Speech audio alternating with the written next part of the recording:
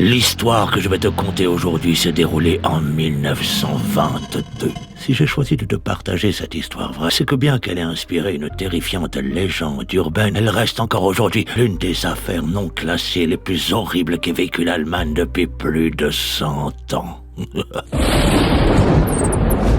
Ce jour-là, la gouvernante de la famille Gruber, d'étranges fermiers qui vivent à 70 km de Munich, termine sa journée de ménage.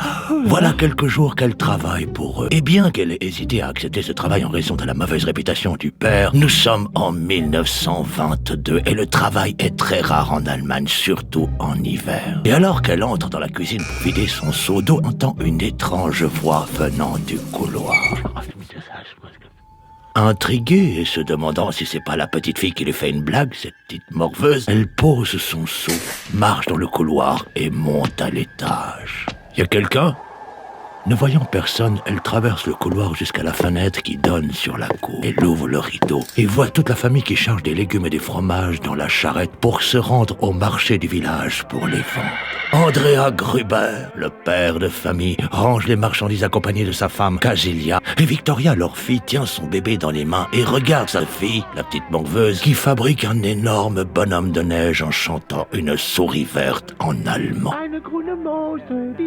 La gouvernante, observant cette touchante scène, lève le regard en direction de la forêt de la sorcière et voit les arbres qui s'agitent, malmenés par une tempête qui vient de se lever. Traversée par un courant glacial, elle s'apprête à redescendre dans la cuisine quand elle entend un étrange bruit venant du grenier.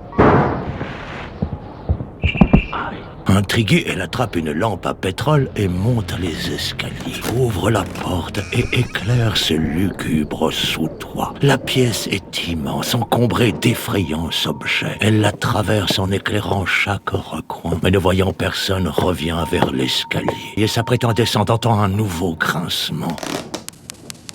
La courageuse gouvernante retourne sa lampe en direction du grenier et voit une ombre qui passe devant elle. « Qui est là ?» crie-t-elle, mais n'ayant aucune réponse et étant persuadée qu'elle est poursuivie par un fantôme, cette superstitieuse croyante descend les escaliers à toute vitesse, entre dans la cuisine, vide son seau et s'enfuit en courant dans la neige. Voilà 2 semaines que la gouvernante a démissionné et la famille Gruber n'a pas eu le temps de la remplacer. Nous sommes en mars et la région est frappée par une terrible tempête, rendant le travail à la ferme encore plus difficile. Ce matin-là, Andrea, le père de famille tenant une tasse à café dans la main, sort de la maison et voit des traces de pas dans la neige. Ceux-ci arrivent depuis la forêt de la sorcière, font le tour de sa maison et se dirigent vers la grange dont ils font également le tour avant de s'arrêter. Andrea se dit que c'est sans doute un vagabond qui a trouvé refuge pour la nuit pour se réchauffer. Il entre donc dans la grange mais ne voit personne. Il attrape une lampe à pétrole, fait le tour en fouillant chaque botte de foin mais ne trouve aucune trace d'un vagabond. Le soir, Andrea a de la peine à trouver le sommeil. Déjà à cause de sa femme Casilia qui ronfle comme une tronçonneuse à pétrole, mais également en raison des questions qu'il se pose au sujet de sa gouvernante qui a démissionné prétextant avoir vu des fantômes. Mais surtout, il se demande à qui peuvent bien appartenir les pas qu'il a trouvés dans la neige. Énervé, il se lève et s'approche de la fenêtre. Bien que la neige ait cessé de tomber, un petit vent glacial se faufile à travers le cadre de la fenêtre. Andrea revient en direction de son lit afin de se réchauffer quand il entend... « Ça vient du grenier !» s'écrie-t-il en réveillant sa femme qui se met à hurler.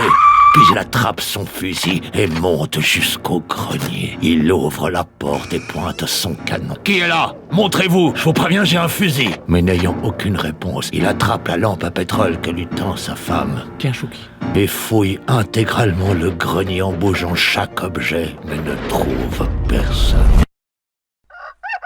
Le lendemain, Andrea est le premier à se lever. Et bien qu'il n'ait pas beaucoup dormi, il a absolument besoin d'un café. Et alors que son précieux nectar goûte, il se rend compte que ses clés accrochées à un clou ont disparu. Troublé, il se jette sur la porte et découvre que celle-ci a été déverrouillée pendant la nuit. Fou de rage, il fouille intégralement la cuisine essayant de retrouver ses clés quand il aperçoit grand ouvert sur la table un journal qu'il n'a jamais acheté.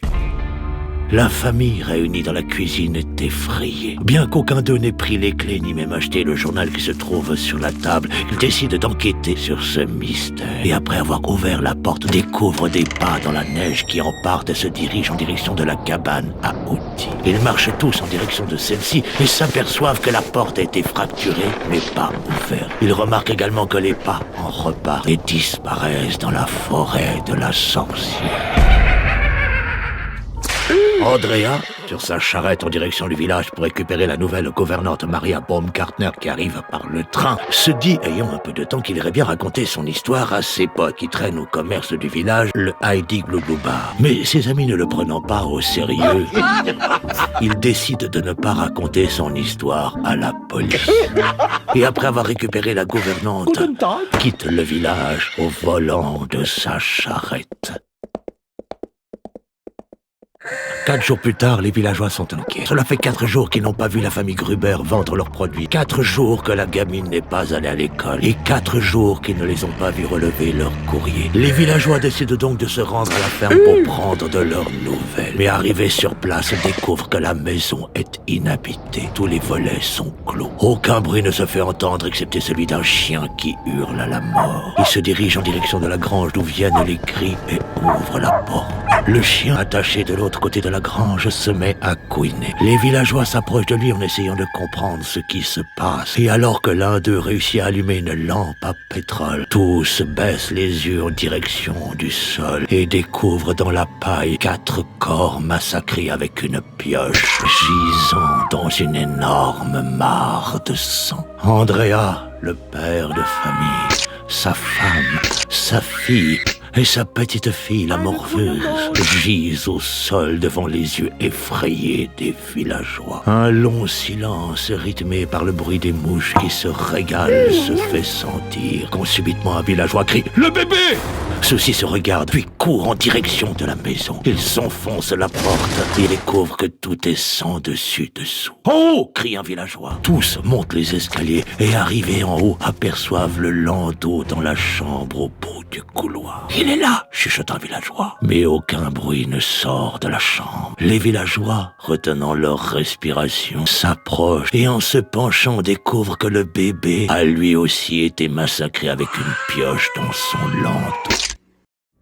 L'enquête qui fut menée va révéler qu'un individu vivait clandestinement dans cette ferme. Il s'était fabriqué des cachettes dans le grenier, le couloir et la grange, et avait même enlevé des tuiles du toit pour pouvoir observer la famille quand il se trouve dans la cour. Mais que s'est-il passé qui aurait pu faire basculer cette confortable situation? L'intrus aurait été découvert et aurait massacré toute la famille? Ou s'agit-il d'un détraqué qui avait prévu de les massacrer dès le début? Aucune réponse n'a jamais été trouvée à ce cold case qui a marqué toute l'Allemagne. Et aucun coupable ne fut trouvé. Cependant, ayant lu beaucoup d'histoires d'intrus se cachant dans les maisons, et ayant moi-même une amie qui a découvert qu'un individu dormait dans son faux plafond en plein centre de Paris, je me dis qu'au moment même où tu regardes cette vidéo, un individu est caché chez toi et t'observe.